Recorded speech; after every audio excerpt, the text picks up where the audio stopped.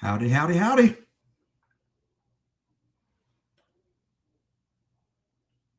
Uh-oh. I can't hear you if you can hear me, Dr. Frederica.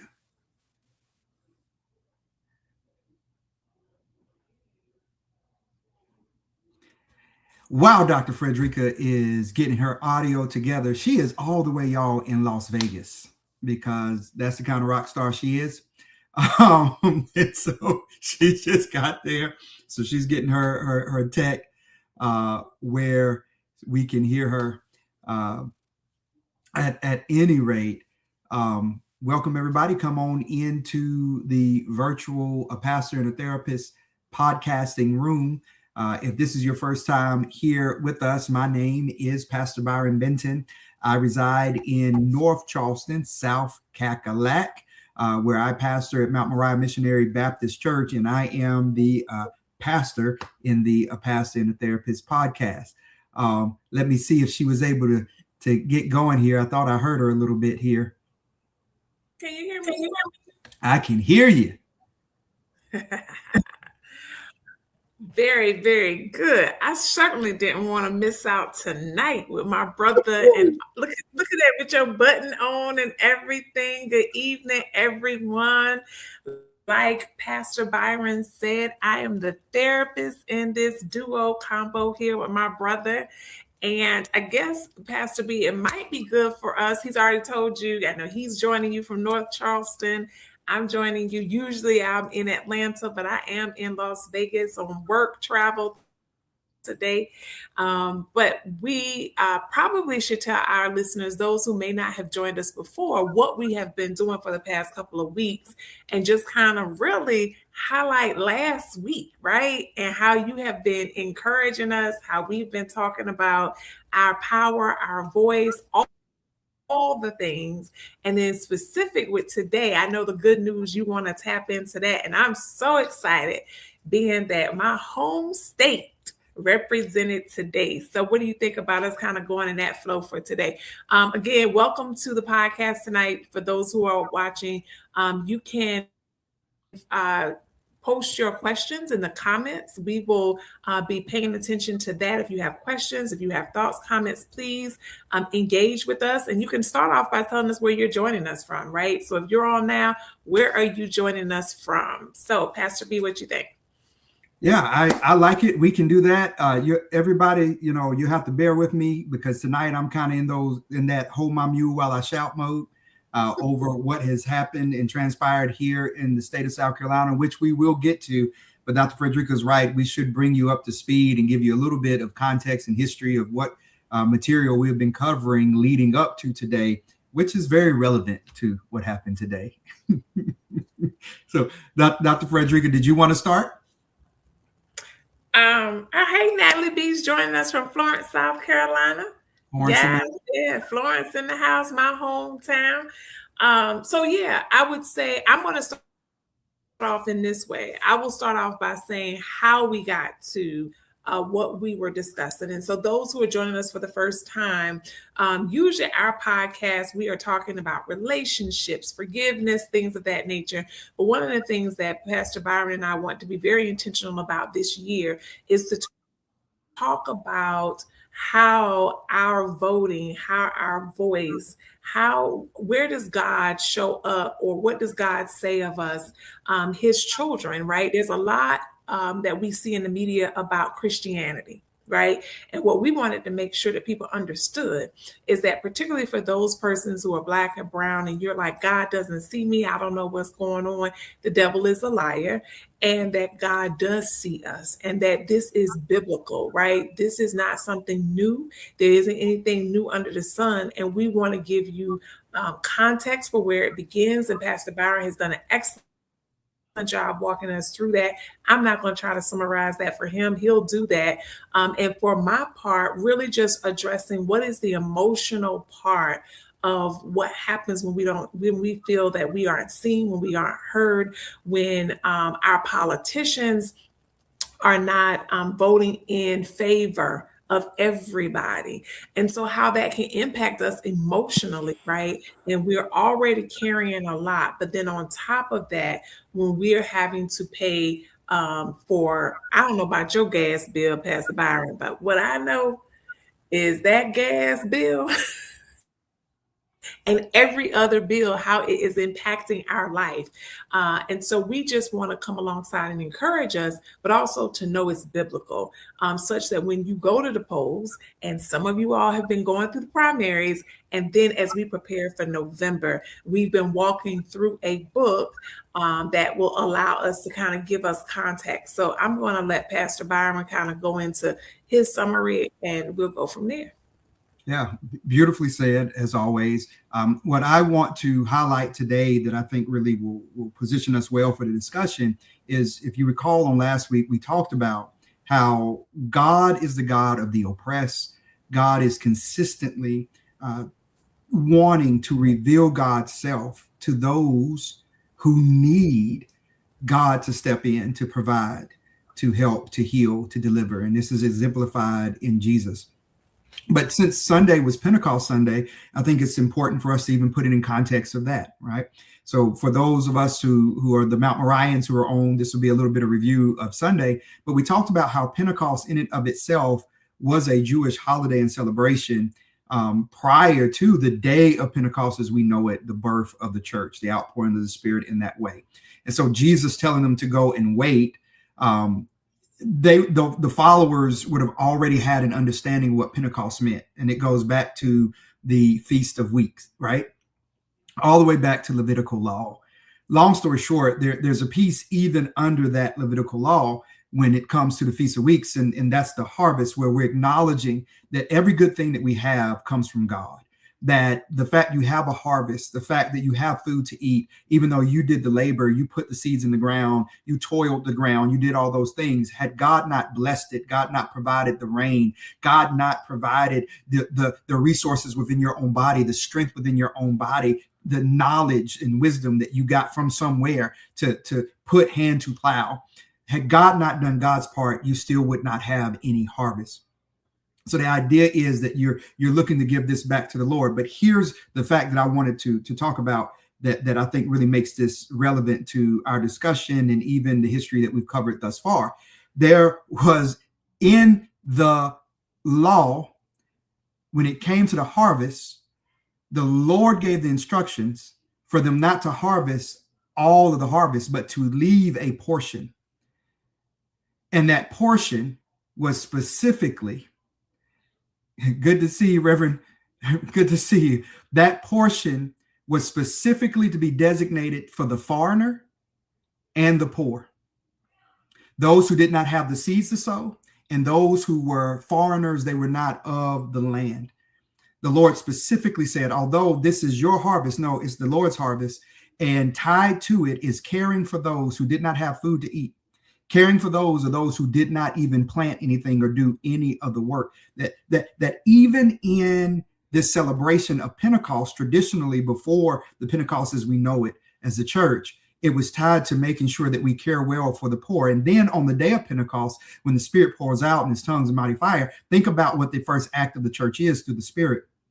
It is the gospel being translated into the language that is native for the people who are around, because this was a pilgrimaging festival. And so people were coming from all over the then known world, Jews, in order to be in Jerusalem. And so the first act of the gospel that pours out on men and women who are gathered, on young and old who are gathered, right? All those barriers just abolished, right? The first act is not for people to conform their language to a language, but for the gospel to translate natively to all those who are gathered.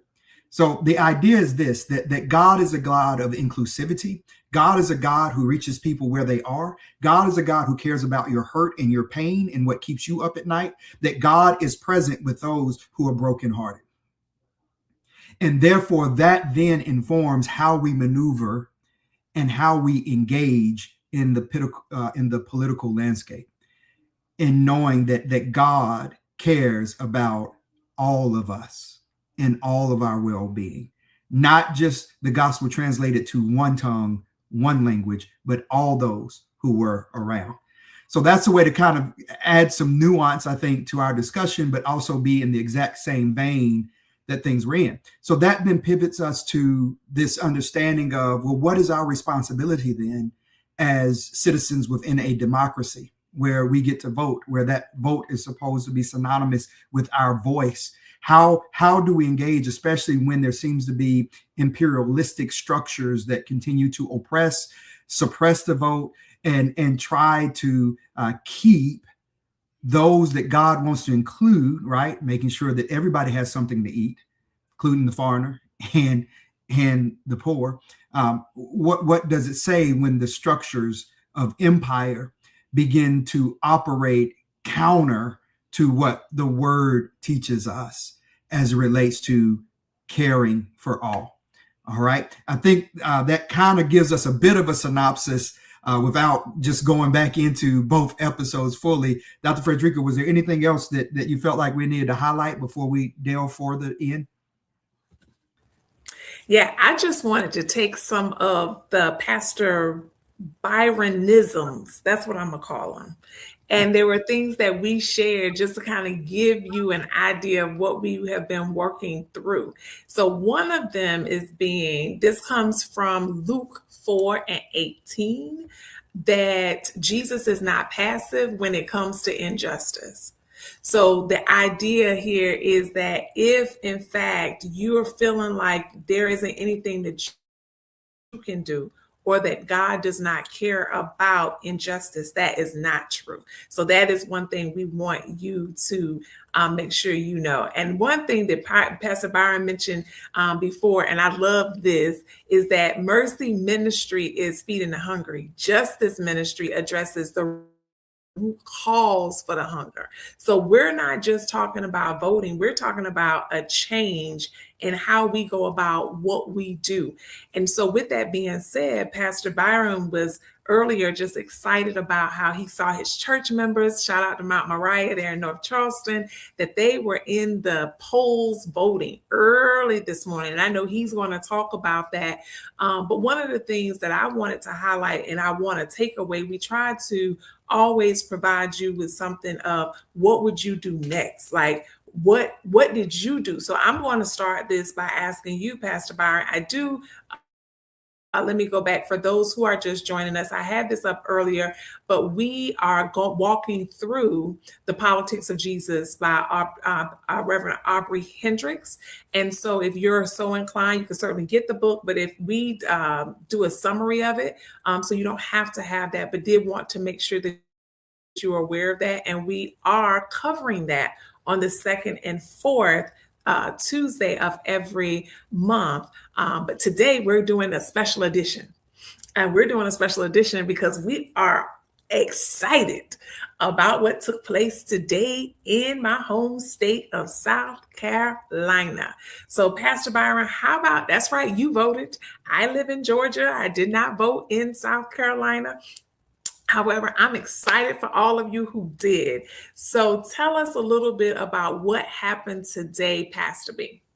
All right. So let me give you some backstory to really understand the significance of today, because I realize we have some viewers that are outside of our state and they may not be abreast or aware of the dynamics and the political landscape that we're navigating in South Carolina. But this is relevant to what's happening all over the country, especially in the South.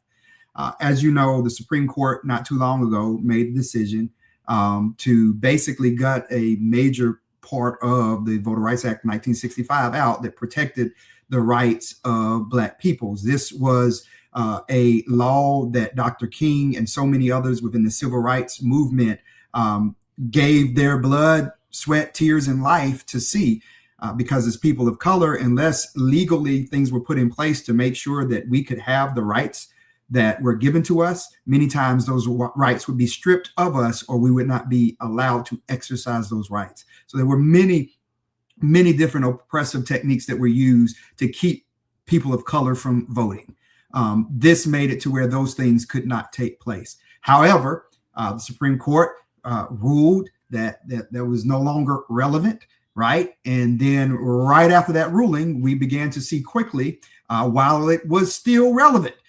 So on the behest of a call to action from the President of the United States, Many of the southern states started to re-gerrymander their lines. They wanted to gerrymander them in a way to where it diluted the black vote so that black people would not have adequate representation, which would essentially make sure there's nobody that looks like us or really has what is our political beliefs in place to make sure our needs are addressed.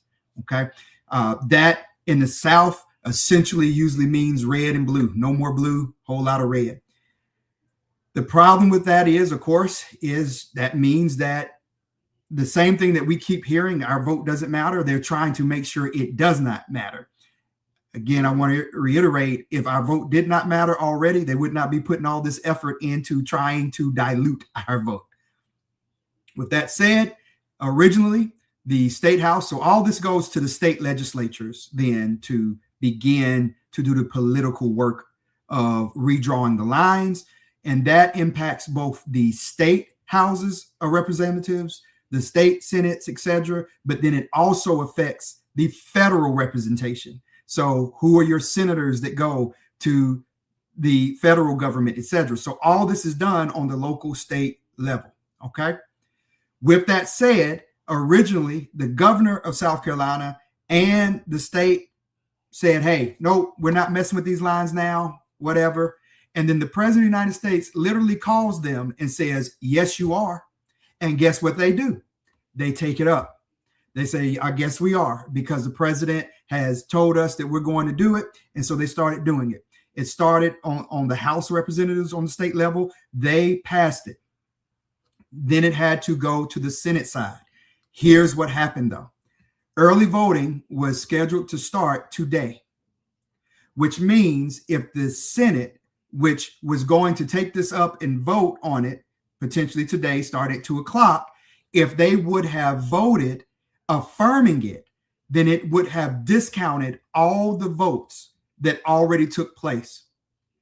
What we did as a community, preachers and pastors and community leaders and nonprofits came together and said, let's get as many people out to vote on today early so that they literally have to look at us in the face. They have to have the audacity to throw our votes out. That they have to have the audacity to believe that we were going to just idly stand by and allow this to happen. Right? Because here's what also we would be communicating to them.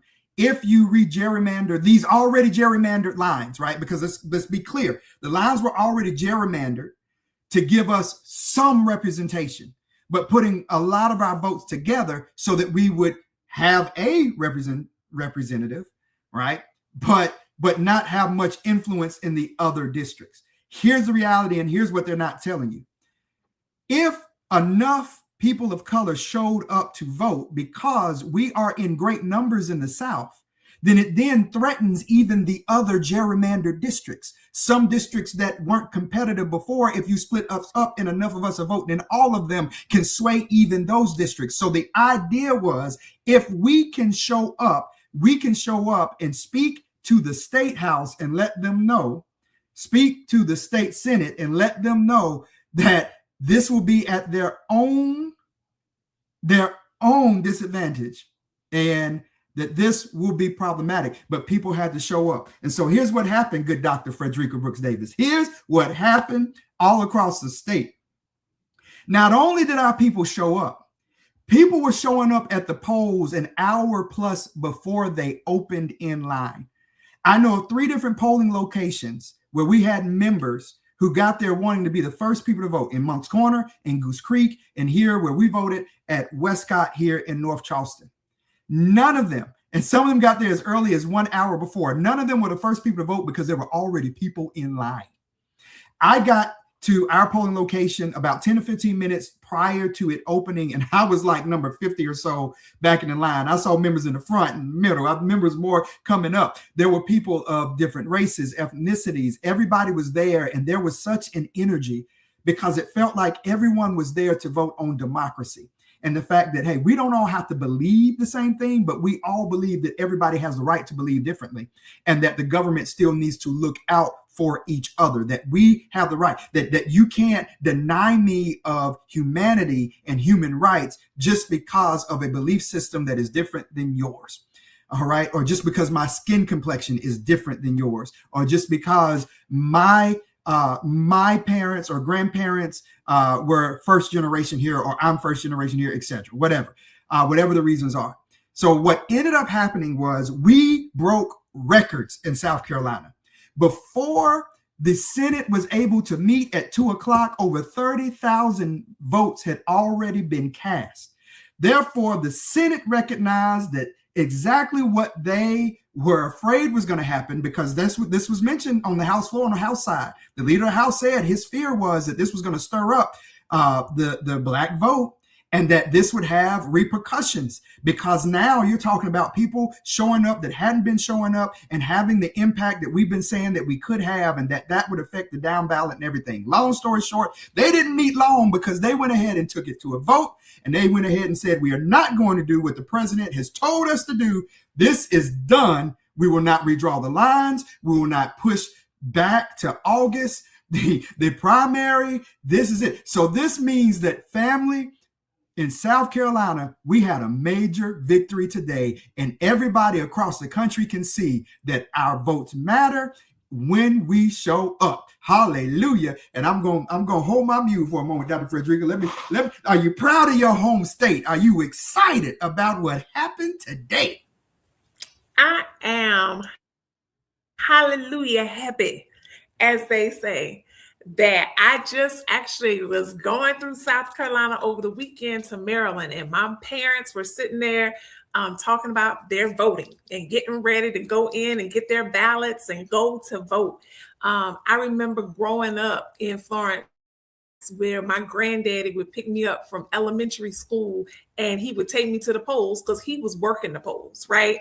And so it is something that our ancestors literally died that we would have the right and opportunity to vote. So it is important that we get out there and vote. And I am excited. In South Carolina, there are so many things that we are known for. Not all bad, no place is perfect. But certainly our history in South Carolina and race relations is definitely something that we are known for. And while there are those who look like me and those who don't, who believe that race doesn't matter, we are in 2026. And I, being someone who lived in Maryland for 26 years, it's always interesting to me when people who are not from the South want to tell people in the South how they are supposed to live and how they want to comment on, well, if I live down there, what I would and wouldn't do. Well, you can say that when you don't live there, when you don't know that. And yes, it is persons made sacrifices and they died. They did. But at the same token, unfortunately, it was a way of living, right? There's a double standard, and it still exists to this day. And so with that being said, I'm just excited that as Byron talked to me about who showed up. Now, it's always been the case that when it comes to civil rights issues, it's not always been Black people, right? We've always had allies who have supported us, and we've also had persons who look like us who have not supported us, right? And so we have to be honest about both sides of the coin. And if nothing else, what I'm hoping is, if you've missed our prior podcast, when we talked about this, that you feel encouraged and know that you matter. And that today, whether you were in South Carolina or not, is a testament of what we can do when we come together. And again, we've said this at the top, and we're saying this now, that the reality of it all is we are not here to tell you how to vote. What we are saying is that no matter how you vote, everybody has a right to vote.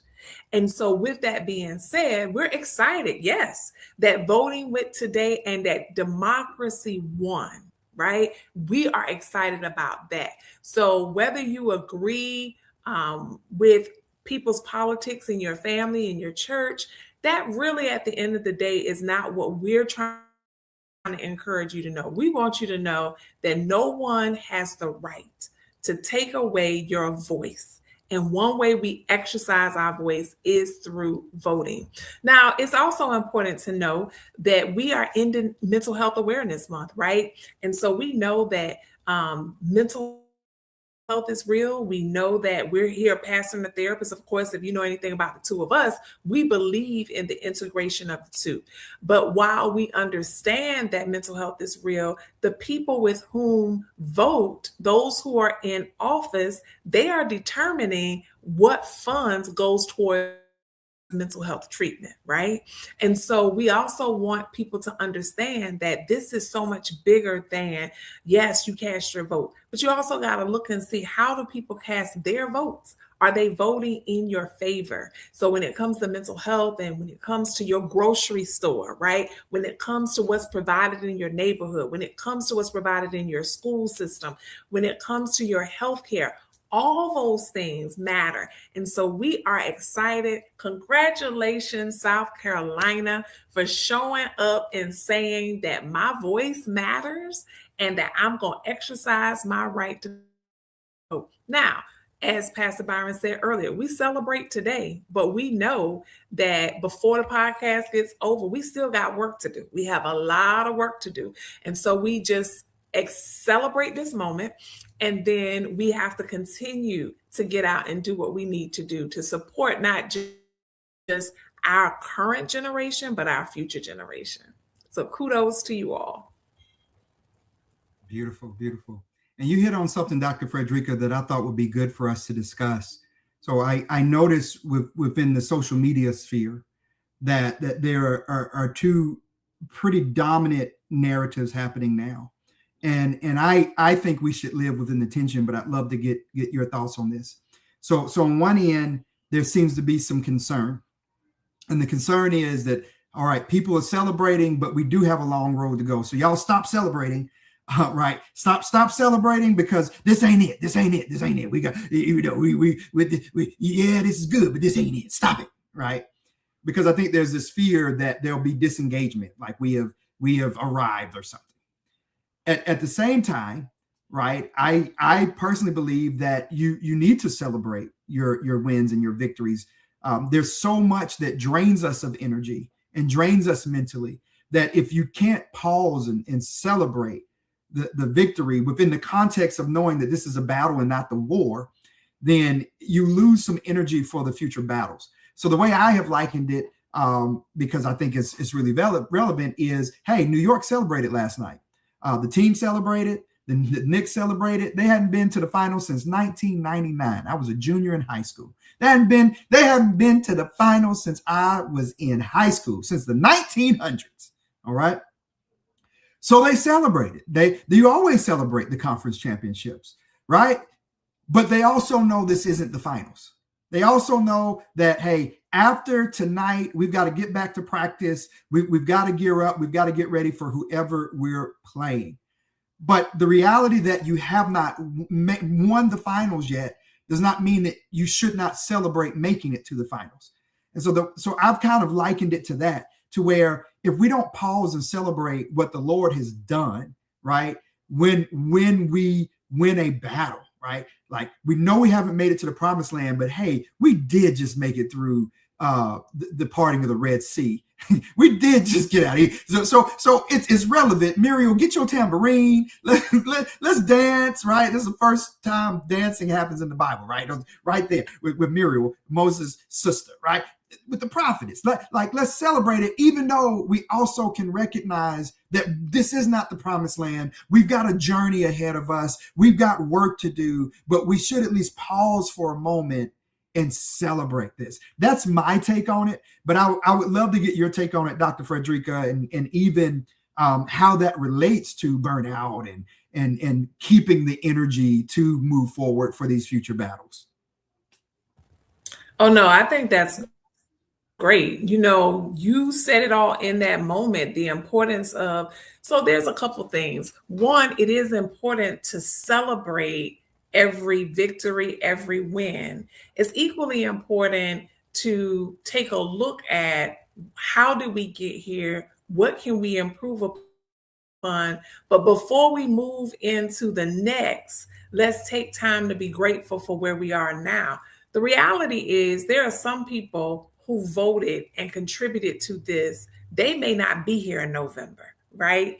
And so let's celebrate now that we have this victory together, what it means, and then say, okay, after we've done that, let's just give ourselves 24 hours. So let's liken it to life, right? We're talking about voting now, but let's say that your child just graduated elementary school, high school, middle school, college. So they're celebrating and they're excited. Well, take a moment. Hopefully, they've already, particularly if they've graduated college, they may have a job lined up, but they may not. So just take a moment before you harp on them about what's next, what you're going to do next, what you're going to do next, to allow them to just enjoy the fact that they made it. And I would say, too, sometimes those of us who have advanced degrees and multiple advanced degrees, we can look at that initial diploma and say, oh, well, it's just this. Well, no, it's not. For some people, getting that initial diploma, it may be all that they're able to get.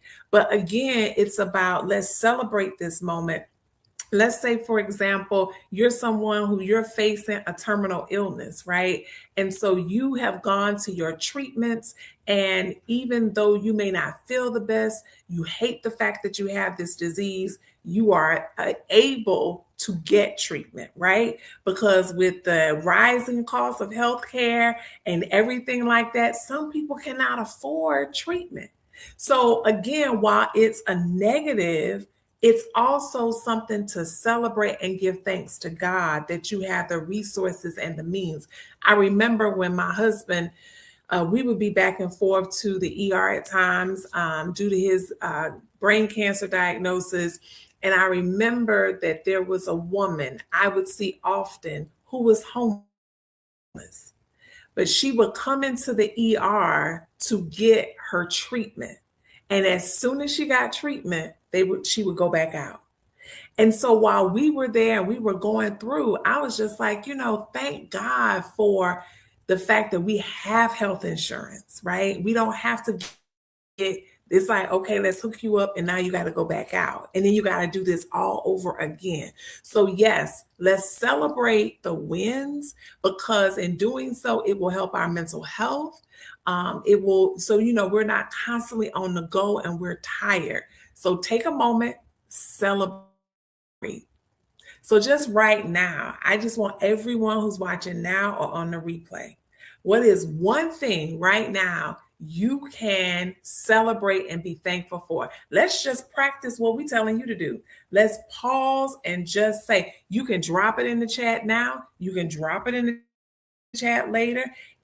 It could be whatever, but what are you thankful for right now? What are you celebrating right now in this moment? Yeah, in line with that, you made me think of something that often is a nightly celebration for me. As a pastor, one of the most challenging experiences that I regularly have to face is tragic experiences happening to families and loved ones of our congregation. Because of that, I realize how fragile life is, how quickly someone can be here today and gone tomorrow.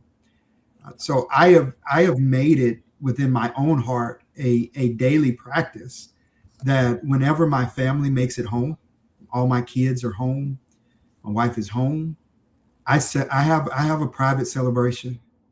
I am just thankful that everyone's home today. May have been a rough day, may have had to deal with some bullying at school. Maybe somebody didn't do as well at school as they wanted to. Hey, maybe the biscuits got burned. They stay in the oven too long. I don't know. There's always something that could be going wrong. But guess what? Everybody made it home today. And that's worth celebrating because they didn't have to. So that would be my, and so I was thinking about that because when I got home, I was the last one home today. So everybody was home. And there's always a relief for me when everybody's home before I'm home. I'm able to go ahead and embrace that thank you. How about you, Dr. Frederica? What are you celebrating today?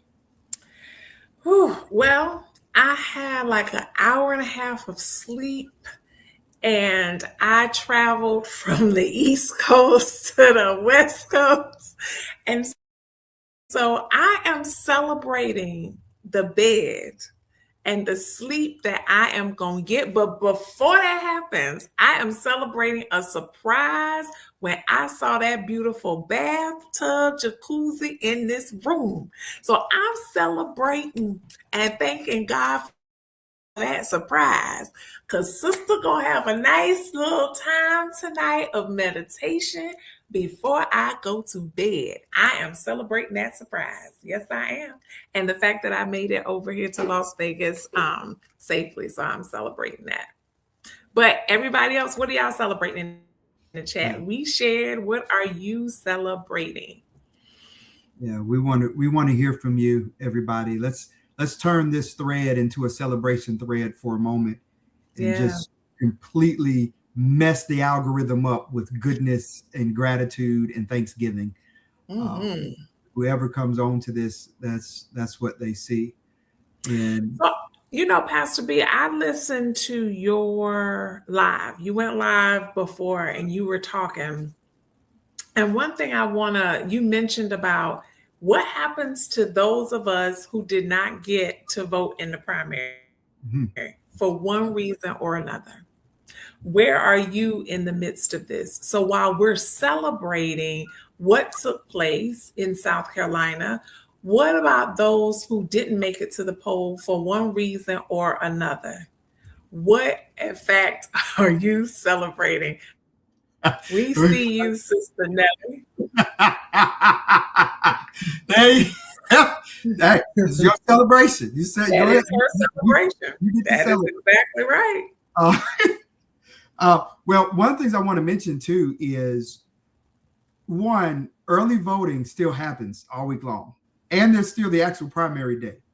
So what can happen is, because you didn't get your vote in on this day one, that then pushed the legislature to do what they've done, you can feel like, well, you didn't participate in that.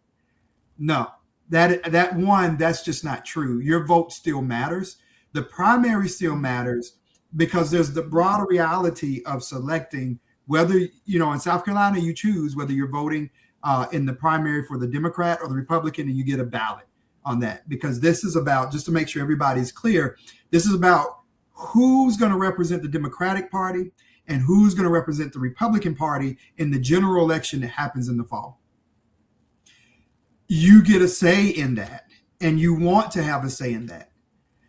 You now have even more opportunity just to make sure that you are up on who the different candidates are, and you can make an informed decision on that. So there's still time for you, and your vote matters.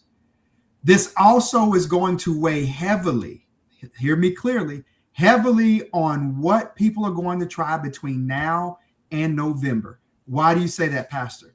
Here is the hope. The hope of those that wanted the redistricting to take place and the gerrymandering to take place. The hope is all this energy, particularly among people of color who are now energized to vote, that's going to dissipate. Mm-hmm. The hope is that, hey, they're going to back off all this, and we're no longer going to be plugged in and alert and watching, and will not show up, so that they can continue to do what they're doing. Here's why that's important. Many of the components of the big, beautiful bill do not go into effect until January 1, 2027. The SNAP benefit cuts, healthcare cuts, etc.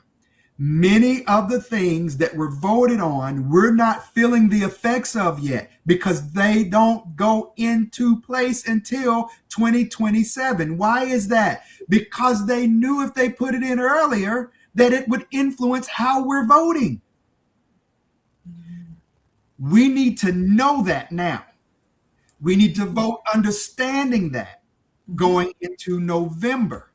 so that we have people in place who can address our issues when this legislature goes into effect. What I am encouraging everybody to do is now is the time where we get more educated and learned on what's happening and what has been done than ever before, because we know that our voice matters and that we can do and put things in place and put people in place and hold them accountable to doing right by those who they represent. Once again, I've said this before, because it doesn't matter whether they're Republican or Democrat or whether you voted for them or not. Once they're in position, they represent you. They're supposed to take care of everybody, even the people who didn't vote for them. They're supposed to care about everybody. But does God care about everybody? Yes, God does. God loves everybody. God so loved the world, he sent his only begotten son, that whosoever believes in him shall not perish but have everlasting life. Everybody. We talked about last week how even it was within Egyptian captivity and enslavement that God heard the cries, heard and saw their problems and moved to address them. Right? It was regardless. It wasn't because of anything other than God's grace and goodness. And choosing to be with those who needed help. So I said all that to say, this does not mean disengage if you weren't able to vote today. This means, hey, engage. Let's run these numbers up so that they can see we're not going anywhere and we're not going to get complacent and we're not going to back down just because we got to win today. We are going to run up. We're going to do like the Knicks did the Cavs last night. We're going to run up the score. We're going to run you off your home court. I'm sorry, Cavs fans. If there's any Cavs fans listening, condolences to you and your team. Y'all had a good season, and there's always next year. But this is a wonderful illustration for what we're talking about. Run the score up, run them off the field, off the court, so that we are mentally prepared for the next game. That's what I would say, Dr. Frederica. What say ye? Yeah, so I say the same. I think that the reality of it all is, what I'm going to say is to plan accordingly, right? And what I mean by that is you have early election, the primary, you have the first day of voting, you have time where you can go in, then you have the actual day where you show up. You also have mail-in voting. And so someone on this call who should remain nameless decided that she was going to wait. She had this one day when she was going to go vote. But what she did not anticipate was the traffic on voting day. The poll closed at 7:00. And the traffic in Atlanta on that day, though I left in time, did not make it. You do not want to be driving up with your ballot on your phone, ready to go in, and you cannot get in because you had days ahead that you were like, oh, I'm not going to go today. I'm not going to go today. I'm going to go. So learn from me and do not wait until the last minute to cast your vote. But what I will also say is, if for some reason you miss it, I'm not saying you do, I'm saying learn from me. But if you miss it, that you also cannot be too hard on yourself, right? Because I was frustrated to no end. And so I would say plan accordingly. Don't wait till the last minute. But if for some reason something happens and you are not able to cast your vote, know that it's not the end of the world. Celebrate those who have cast their votes and make sure you do better the next time, right? And so plan ahead is what I'm saying. So I think that we cannot sit down and say, okay, I'm not going to do this, or I voted all my life, so X, Y, and Z. And I would also say, whatever, if you have declared, if you're declared that you vote Republican or you vote Democrat, look down both. I would say and suggest look down both and see, because everybody has to earn your vote, right? You may have voted Democrat all your life, but maybe the Democrats aren't doing what they need to do in your area. That doesn't mean you can't vote for somebody who you believe will show up for you. You have to vote in your best interest. Everybody's saying what they're going to have to do, that they're going to do, but see what they've done in their life to the best. Pray about it and cast your vote and hold everybody accountable. So I'm also saying, don't just do down ballot voting, because not everybody. I remember this one year in Maryland, it was a rough ticket. And you're just sitting there like, okay, how am I going to do this? Am I going to do this?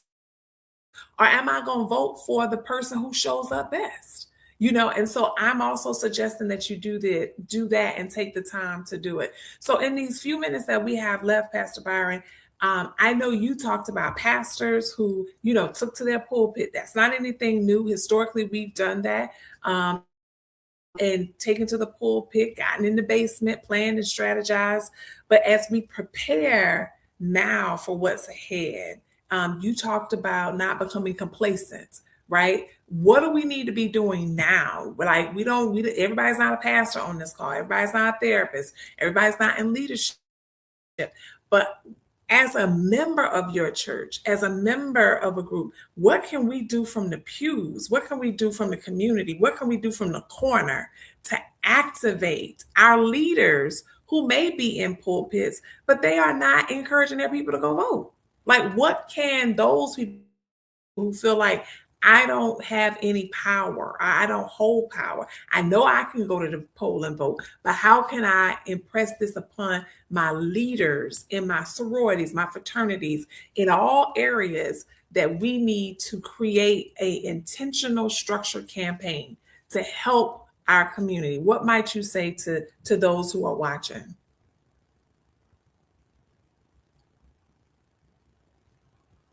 Pastor Byron, I don't know what happened to him. He dropped off. So basically, my question, or what I'm going to say, one of the things that I would encourage you to do is that if you are in a place of worship, you're in a place of fellowship, I would encourage you to have a conversation with your leader. If you feel like there isn't anything happening from your church, if there's nothing coming from the pulpit about the importance of voting, I don't want you to assume, because one of the things I think as parishioners, sometimes we have this expectation that our pastor, male or female, that they are God, right? And they can do all things and they're not human. The reality of it is your pastor may be stressed with their own individual life. They may be stressed because they're, experiencing deaths in their congregation and community, that really they have not had the time to really read up on what's happening. And so I would encourage you not to go from a blaming perspective and saying, well, Pastor, why are you not talking about such and such? I don't recommend you do that. I would recommend that you just ask your pastor, what are your thoughts about what's happening? Have you had an opportunity to see what's going on? And as my pastor, I would just like to know, what your thoughts are. And if they say, well, I really haven't had a chance to really look at it, don't judge them, right? Because you don't know what they're going through. Maybe your role can be to help them. And say, well, did you know there's a website where you can go? Or would you like for me to provide you with the link or summary? Would you like for me to share with you some things?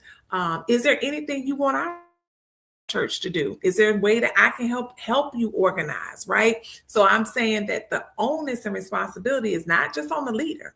It's on each one of us in terms of how do you show up in your small groups that you have and in your community. So in your family, right? What conversations are you having there? So we don't show up from a place of judgment, right? We do show up from a place of helping people understand the importance of why they need to vote and how it's impacting our everyday life.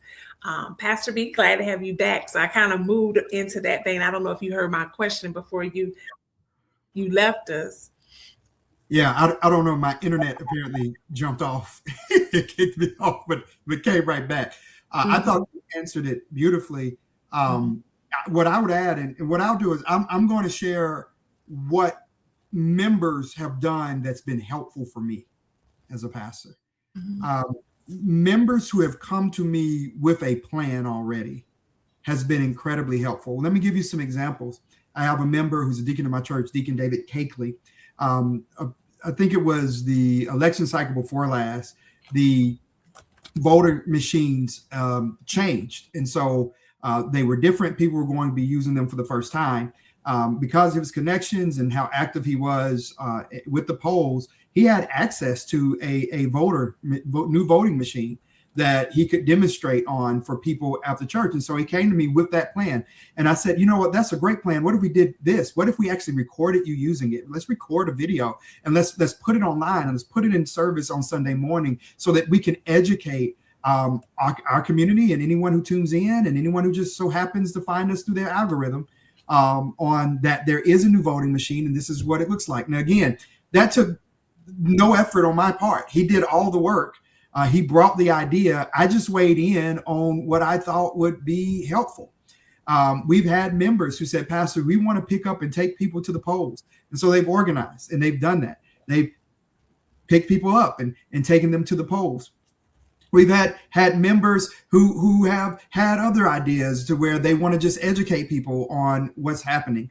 Right now, what we're looking to do going into the fall is every month we bring up a different position. Right now, we're talking about who's your council, county council, or city council representative. What do they do? What district are you in? Who are they? Right. So this is all about just educating who represents you, what they do, and why they are important.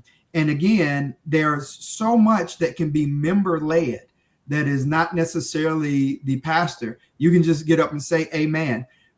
We're in the Tri-County region, which means we have members who are in each county and things are different in each county. So even keeping track of all that information can be difficult. Well, you as a parishioner can take that off of your pastor and say, Pastor, we're going to know who all the poll places are, etc. Same deacon did that this go round. Even they created a flyer. And if you had any questions, it was contact him. Not contact me, contact him. And he's learning on that issue and ready to address it. So once again, if the congregation gets more engaged, it's easier then for your pastor to engage more because he or she's not having to galvanize all that energy and feel like, you're pushing forward.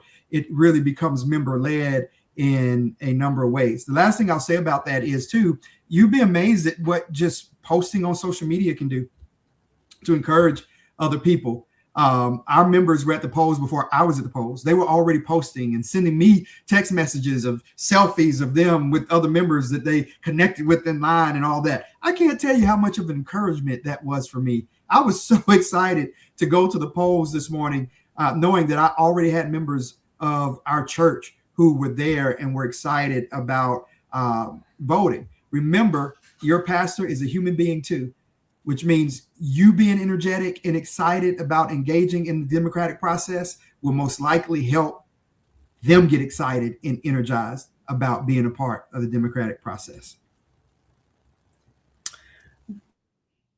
Very well said, Pastor Byron. That was very well said. And so, I think just in summarizing to those who just joined us tonight, we did a special edition to celebrate what is taking place in South Carolina.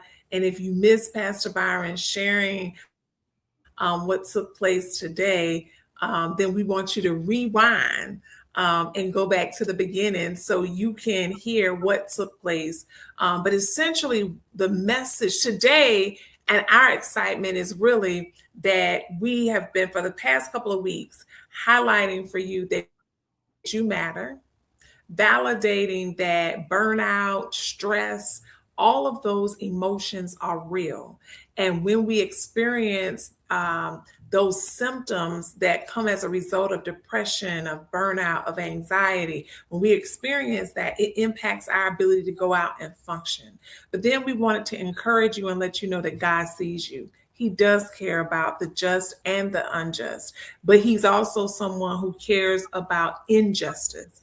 And in that regard, we are supposed to stand up. He is an excellent model of what we are supposed to do. And so we were encouraging you that your vote, you matter. And then here we are today, by the grace of God and as God has ordained it, so that South Carolina is yet an example of moving in the right direction. And as Pastor Byron said earlier, it's not a black and white thing. It's not about separating us. It's about when people believe in the democratic process and they decide that they're going to come together and tell anybody, no matter who they are, that you cannot take away my right to vote and to have a voice. That's something worth celebrating. And so we're grateful for the opportunity. And so we encourage you, those who are going through the primaries, don't wait till the last minute to get out and vote. Don't take for granted, really, that, because that's more of what it was. Take for granted that you'll be able to vote. If you know that you are voting in this election, go ahead and vote. South Carolina, we're celebrating, but it's not over by any means. And so we want you to connect with us. Next month, we're the second and fourth Tuesday. Go on over if you haven't and like and subscribe to our YouTube page, A Pastor and a Therapist. We will reconvene next in 2 weeks and talk more about the politics of Jesus and getting into that, as well as the emotional, what is taking place there for us, mind, body, and spirit. If you have questions or comments, if you're watching now on the replay, feel free to drop those. We'll be paying attention. And then also encourage you to share this video. Share this video with people in your family.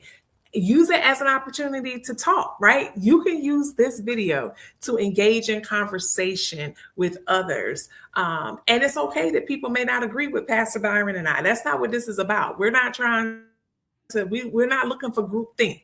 We're just wanting to challenge and let everybody know that you are seen, valued, and that you have a voice. Pastor Byron, anything before we close out? I think you closed us out beautifully. The only thing I would add is it's okay to disagree, and you don't have to disagree and become disagreeable. That we can realize we have far more in common, and that there's room enough for our differences and for us to walk together. So family, God bless everyone. Thank you for engaging in this process and for hanging out with us tonight. Thanks for hanging out. Yes. Have a blessed night, and we look forward to seeing you in 2 weeks, 7 o'clock.